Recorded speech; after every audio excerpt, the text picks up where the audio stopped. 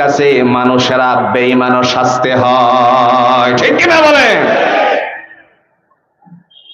এখানে আপনারা অনেকেই জানেন দীর্ঘ 50 বছর পর্যন্ত যে আল্লাহর বান্দা এই কোরআনুল হাকিমের এই কোরআনটা তাফসীর করে গেলেন, মানুষকে একত্রিত করে ইসলামের কথাগুলো বোঝানোর চেষ্টা করেছিলেন, দুর্ভাগ্য হলেও সত্য এ বাংলার জমিন থেকে ওই মানুষটাকেও দেখা গেল কোনো না কোনো নির্যাতন আর কোনো না কোনো অবস্থানে তার উপরে আল্লাহর বান্দার উপরে জিনা ব্যভিচারের তকমা লাগাইয়া দিয়ে তারপরে বিদায় করছে। জোরে বলেন ঠিক কিনা?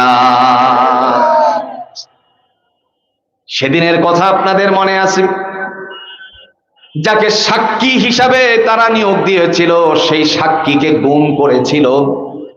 ওই সময়টুকুর মধ্যে আল্লাহ পাক রব্বুল আলামিনের বান্দা